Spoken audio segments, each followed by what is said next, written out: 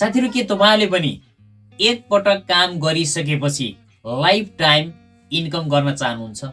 यदि चाहनुहुन्छ भने यो भिडियोलाई अन्तिमसम्म हेर्नु होला। साथीहरु नमस्कार, म sdinfo sdinfo च्यानलमा तपाईहरुलाई हार्दिक स्वागत गर्न चाहन्छु।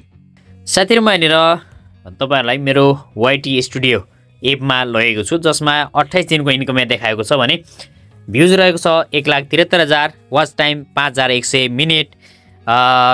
त्यसपछि यानी सब्सक्राइबर 1300 प्लस भएको छ भने एस्टिमेटेड रेभेन्यू लगभग $80 को आसपासमा रहेको छ। अब साइडमा मैले अर्निङ अप्सनमा अर्नमा लगे भने यहाँनिर गत महिनाको $104 बनेको छ भने अहिलेको करेन्टमा $22 प्लस भइसकेको छ भने अब यहाँनिर त्योभन्दा पहिले $164 अथवा 22,000 रुपैयाँ, त्योभन्दा पहिले लगभग $16,000 रुपैयाँ, $129, त्योभन्दा पहिले $109 लगभग $15,000 रुपैयाँ र त्योभन्दा पहिले लगभग $131 लगभग $18,000 रुपैयाँ। यसरी चाहिँ मेरो इन्कम भइरहेको छ भने मैले यहाँनिर एनालाइटिक्समा लैजान्छु तपाईहरुलाई।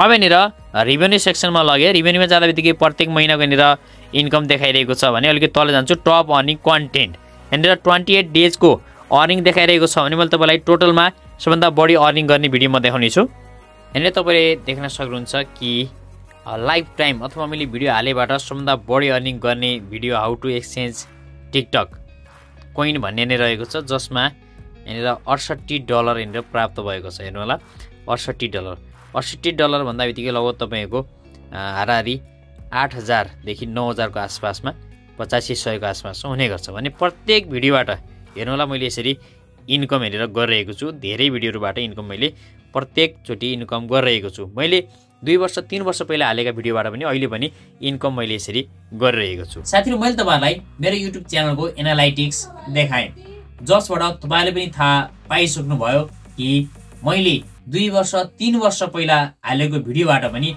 अहिले राम्रो इन्कम भइरहेको छ भने एउटै भिडियोबाट 6,000 7,000 8,000 10,000 12,000 सम्मको इन्कम भएको छ।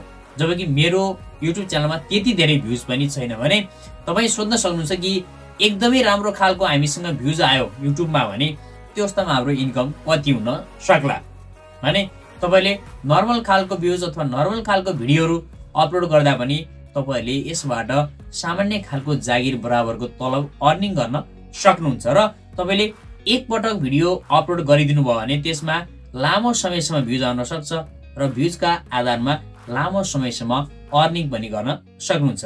साथीहरु अहिले 2024 सुरु भएको छ, तपाईले पनि यदि YouTube च्यानलमा प्रवेश गर्नु भएको छ भने त्यसलाई कन्टिन्युअस गर्नुस् र यदि गर्नु भएको छैन भने कसरी YouTube च्यानल क्रिएट गर्ने त्यो कुरा जान्नु पर्ने हुन्छ र YouTube च्यानल तपाईले क्रिएट गर्नुस् र कुन क्याटेगोरीमा तपाईले काम गर्न चाहनुहुन्छ।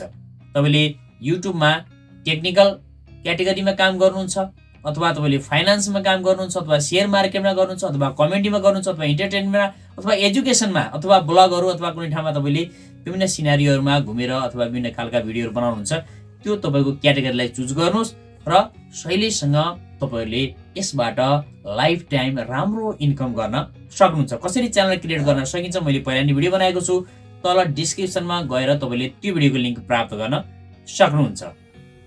साथीहरु आजको भिडियो तपाईलाई कस्तो लाग्यो? भिडियो मन परेमा लाइक कमेन्ट अनि शेयर गर्न नभुल्नु होला, साथै च्यानललाई सब्स्क्राइब गर्नु होला। हस्त आगामी नयाँ भिडियोमा पुनः भेट्नु हुनेछ। धन्यवाद।